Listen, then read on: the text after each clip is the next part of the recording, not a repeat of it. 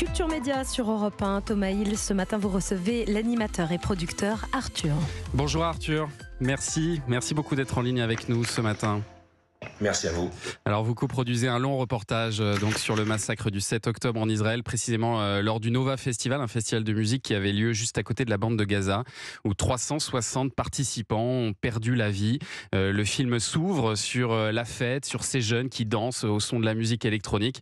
Et puis des roquettes commencent à pleuvoir sans que ça panique tout le monde d'ailleurs au début.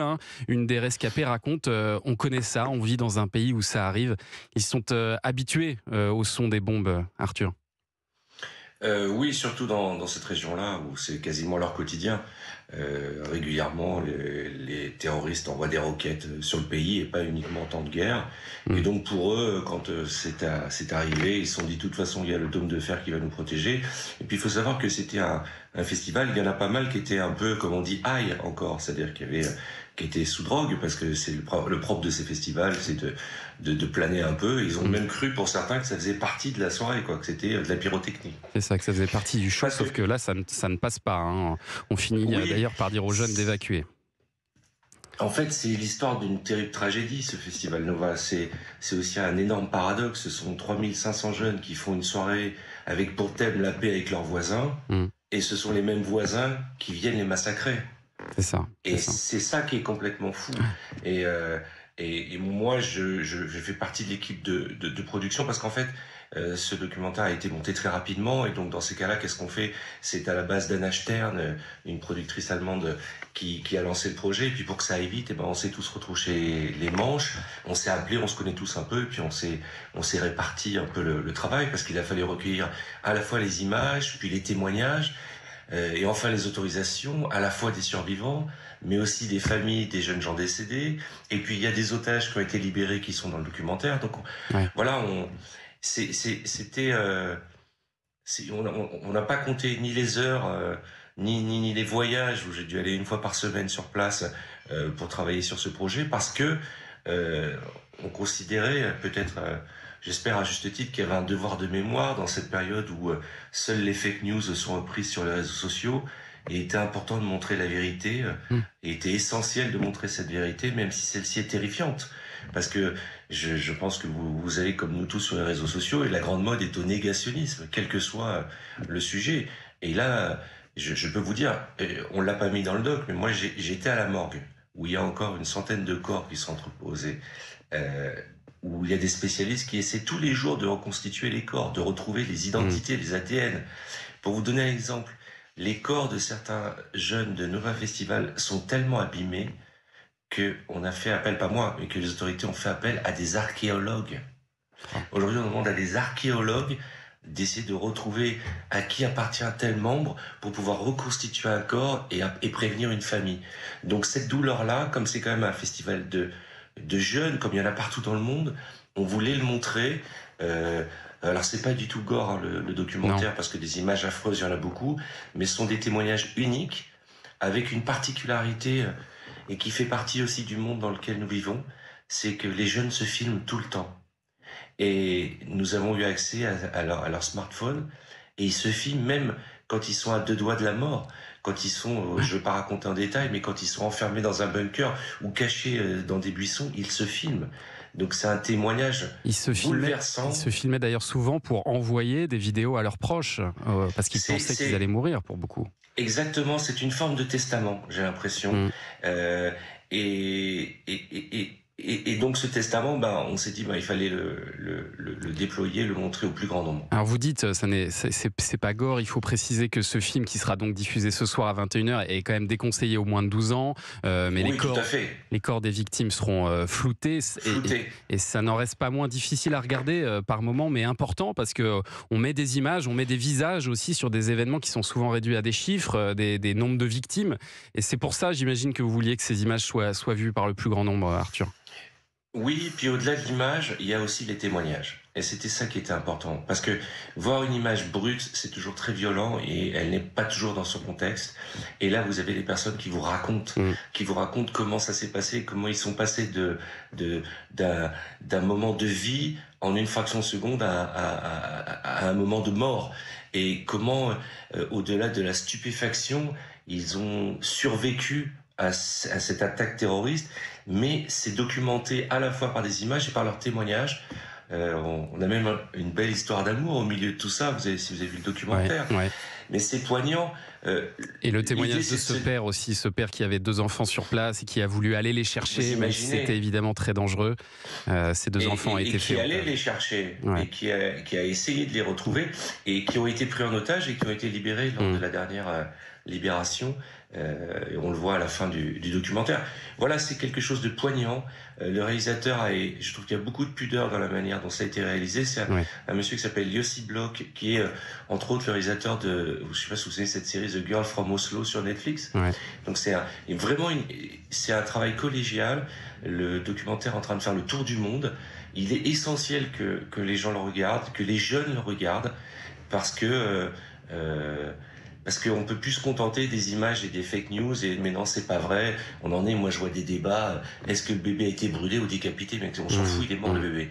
Donc c'est ça le plus important, et c'est l'objectif de ce documentaire, qui est un devoir de mémoire en tout cas. Et alors depuis le début de la guerre en Israël, Arthur, vous êtes rendu plusieurs fois sur place, vous nous l'avez dit, vous faites du bénévolat, vous aidez, vous filmez aussi. Les images que vous filmez, elles serviront peut-être pour produire d'autres choses, d'autres documentaires à l'avenir?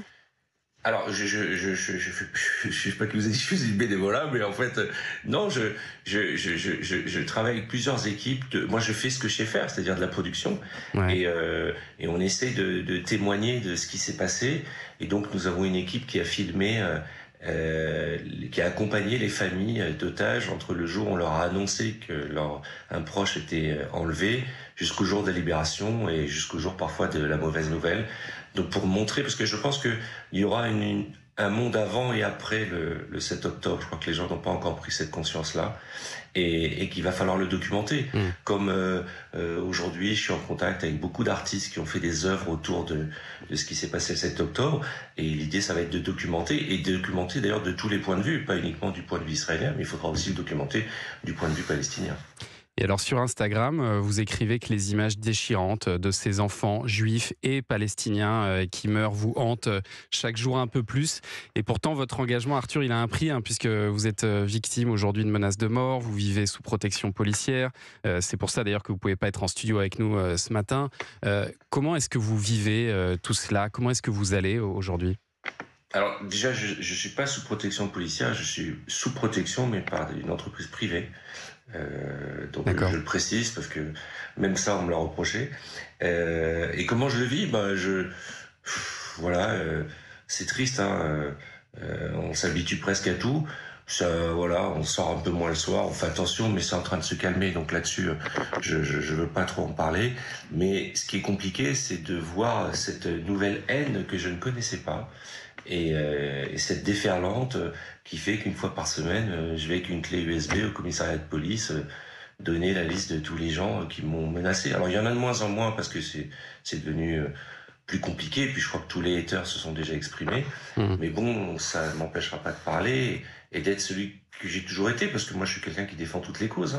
Moi vous pouvez, si vous avez regardé mon compte Instagram, vous avez vu qu'il y a le tremblement de terre à Marrakech, il y a le Haut-Karabakh arménien. Je défends toutes les causes. Moi c'est peut-être mon problème. Je suis un peu trop, pas un peu trop, on l'est jamais assez d'ailleurs. Moi, quand on m'appelle pour marcher pour les Ouïghours, je suis là, moi. Quand on m'appelle contre l'homophobie, pour les femmes en Iran, en Afghanistan, j'ai déjà dit, je suis là. Donc là, l'actualité, et qui me touche de près, c'est le conflit israélo-palestinien. Mais est-ce que vous vous sentez encore un peu trop seul dans ce combat, comme vous l'avez dit à une époque? Écoutez, chacun fait ce qu'il veut. Vous savez, au début, j'étais un peu déçu, parce que j'avais l'impression que les gens de notre industrie étaient restés très silencieux. Et puis après, chacun souffre à sa manière. Je sais très bien qu'on a tous eu mal devant les images du 7 octobre.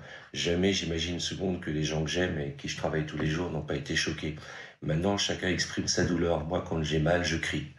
Et j'ai crié depuis le 7 octobre. D'ailleurs, j'ai la voix cassée. Mais on peut pas reprocher à ceux de ne pas avoir crié, de ne pas avoir de cœur, c'est pas vrai. Et puis, vous savez, de l'eau a coulé sous les ponts depuis le 7 octobre. et j'ai discuté avec pas mal de gens, mais une fois de plus, c'est déchirant ce qui se passe, et il faut témoigner. Une fois de plus, je précise, il faut témoigner de tous bords, puisque moi, je vous le dis, la souffrance d'un enfant palestinien me touche de la même manière que celle d'un enfant juif, donc je fais pas de différence.